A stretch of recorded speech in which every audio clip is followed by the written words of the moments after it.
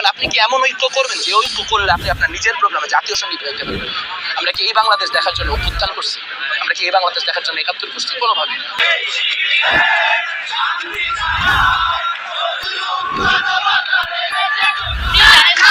আমাদের জাতীয় সঙ্গীতকে অবমাননা করা হয়েছে। জাতীয় সঙ্গীত, জাতীয় পতাকা এগুলো হচ্ছে সার্বভৌমত্বের প্রতীক। এজ এ বাংলাদেশি এই অবমাননা কোনোভাবে নেওয়া যায় না। আমার কাছে মনে হয় যারা এই জাতীয় সঙ্গীতকে অবমাননা করে তারা বাংলাদেশের স্বাধীনতাকে অস্বীকার করে। এই আয়োজনটা মূলত জাতীয় সঙ্গীতকে অবমাননা করার জন্য। আপনারা কিছুদিন আগে জেনেছেন যে শাহবাগে সম্প্রতি একটি ঘটনা ঘটেছে যেখানে জাতীয় সঙ্গীতকে অবমাননা করা হয়েছে। কিন্তু জাতীয় সঙ্গীত আমাদের জাতিসত্তার অধিকার এবং জাতিসত্তার ধারক বলা যায়, এবং জাতীয় সঙ্গীত আমাদের ৭১-এর প্রতিফলন এবং ২৪-এর প্রতিফলনও বলা যায়। তো জাতীয় সঙ্গীতকে অবমাননা করে সেটা হতে পারে না। জাতীয় সঙ্গীতকে অবমাননা কিছুদিন আগে লক্ষ্য করেছি যে একটা ভিডিওতে দেখা যাচ্ছে যে বাংলাদেশের জাতীয় সঙ্গীত যখন ছিল তখন কিছু আন্দোলনকারী রূপে কিছু বাংলাদেশ বিরোধী শক্তি যারা পাকিস্তানের ৭১ সালে পাকিস্তানের পক্ষে নিয়েছিল সেই শক্তি বাংলাদেশের জাতীয় সঙ্গীত বন্ধ করার জন্য স্লোগান দিয়েছে। তো আমরা তারই প্রতিবাদ করার জন্য যে এই বাংলাদেশ আমাদের সবার, আমরা আন্দোলন করেছি আওয়ামী লীগকে নিষিদ্ধ করার জন্য, কিন্তু এই বাংলাদেশ আমাদের সবার, আমরা সেই বাংলাদেশ ওন করি। এই বাংলাদেশের জাতীয় সঙ্গীতকে তারা অপমান করবে, তাদেরকে আমরা এভাবেই বারবার জবাব দিব।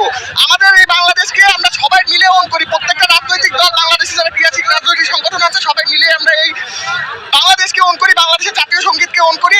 আমাদের মূল বার্তা হচ্ছে, দেখেন আমরা সবাই প্রথমত বাংলাদেশি। ৭১-এ যারা বাংলাদেশের স্বাধীনতার বিপক্ষে ছিল তারাই কিন্তু শাহবাগ থেকে বলেন বাংলাদেশের বিপক্ষে স্লোগানটা শুরু করলো।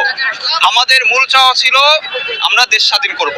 সেখান থেকে ২৪-এ এসে ফ্যাসিস্ট সরকার হাসিনা তাদের আওয়ামী লীগকে আমরা নিষিদ্ধ চাই, কিন্তু তার মানে এই না যে আমরা জাতীয় সঙ্গীতকে অপমান করব। তো সেই জায়গা থেকে আমাদের একটাই কথা, আওয়ামী লীগকে নিষিদ্ধ চাই। আসলে যারা জাতীয় সঙ্গীতের মতো রাষ্ট্রের এত কি বলে ইন্ট্রিগাল একটা বিষয়কে না অবমাননা করতে পারে তারা আর যাই হোক বাংলাদেশি না, বাঙালি না, এবং বাংলাদেশি চেতনার সাথে তারা সম্পৃক্ত না। তারা স্বাধীনতার চেতনার বিরুদ্ধে। এবং তারা কারা? তারা হচ্ছে সেই ৭১-এর যুদ্ধ অপরাধের সাথে যারা জড়িত ছিল তাদেরই উত্তরসূরি। এবং শুধু উত্তরসূরি এমনটা না, তার এই যুদ্ধ অপরাধীরা যে চেতনা লালন করতো এখনকার যুগে তারা সেই চেতনায় লালন করে। তারা তাদের পূর্বপুরুষদের অপকর্মের জন্য ক্ষমতা চাই না, বরং এটাকে তারা গর্ববোধ করে এটাকে নিয়ে। এবং তারা এই যে বাংলাদেশি চেতনার বিরুদ্ধে একটা চেতনা, পাকিস্তানি চেতনা, সেটাকে তারা এস্টাবলিশ করার চেষ্টা করে। এবং এই কারণেই তারা জাতীয় সঙ্গীত সহ্য করতে পারে না, জাতীয় পতাকা সহ্য করতে পারে না, এবং মুক্তিযুদ্ধকে সহ্য করতে পারে না। আসলে আমরা আমাদের জায়গা থেকে যতটুকু ভূমিকা ততটুকু রাখার চেষ্টা করতেছি। বাংলাদেশের সরকার আছে, তারা তাদের জায়গা থেকে তারা জাতীয় সঙ্গীত অবমাননা মানে রাষ্ট্রদ্রোহিতার সামিল আমরা মনে করি। এমনকি আমাদের বাংলাদেশের যে সংবিধান আছে সেখানেও জাতীয় সঙ্গীত অবমাননার সাথে রাষ্ট্রদ্রোহিতার সামিল বলে উল্লেখিত। তার এই পরিপ্রেক্ষিতে রাষ্ট্র যদি তাদের বিরুদ্ধে ব্যবস্থা নেয় আমরা তাদের পক্ষে থাকবো। রাষ্ট্রের পক্ষে যেহেতু আপনারা দেখে থাকবেন বাংলাদেশ বিরোধী রাজনীতি কারা করে। সাম্প্রতিক সময়ে আপনারা যত ৫ তারিখ পরবর্তী সময়ে আপনারা দেখবেন কারা পিণ্ডি দাসত্ব করে। আপনারা যখন এটা আপনারা নিজেদের কষ্ট করলে আপনারা দেখবেন একটা নির্দিষ্ট রাজনৈতিক সংগঠনের পক্ষেই এই পয়েন্টটা যায়। তারই পরিপ্রেক্ষিতে আমরা যারা সাধারণ শিক্ষার্থী তথা বাংলাদেশপন্থী শিক্ষার্থী আছি তারা আমরা মনে করছি তারা ওই সংগঠনেরই, তথা যারা গুপ্ত রাজনীতি করার চেষ্টা করছে ক্যাম্পাসে যারা পাকিস্তানের। এখন আপনি কি এমন ঐক্য করবেন যে ঐক্য করলে আপনি আপনার নিজের প্রোগ্রামে জাতীয় সঙ্গীত গাইতে পারবেন? আমরা কি এই বাংলাদেশ দেখার জন্য অভ্যুত্থান করছি? আমরা কি এই বাংলাদেশ দেখার জন্য ৭১ করছি? কোনোভাবে না।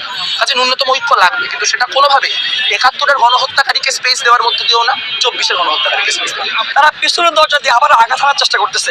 সেই জায়গা থেকে আমরা আজকে যে প্রতিবাদ, সম্মিলিত প্রতিবাদ, বাংলাদেশ পন্থীদের সম্মিলিত প্রতিবাদ, সেই প্রতিবাদ আজকে পোর্ট্রেট করতেছে, প্রমাণ করতেছে না যারা হচ্ছে নতুন করে আবার স্যাবোটেজ করার চেষ্টা করবেন, পিছন থেকে আঘাত করার চেষ্টা করবে, টুটি চেপে দেওয়ার চেষ্টা করবেন, সার্বভৌমত্বে আঘাত করার চেষ্টা করবে, সার্বভৌমত্ব নিয়ে বাধা দিবে, তাদেরকে আমরা একটা বার্তা দিয়েছি না বাংলাদেশ পন্থীরা এখনো জীবিত আছে, এখনো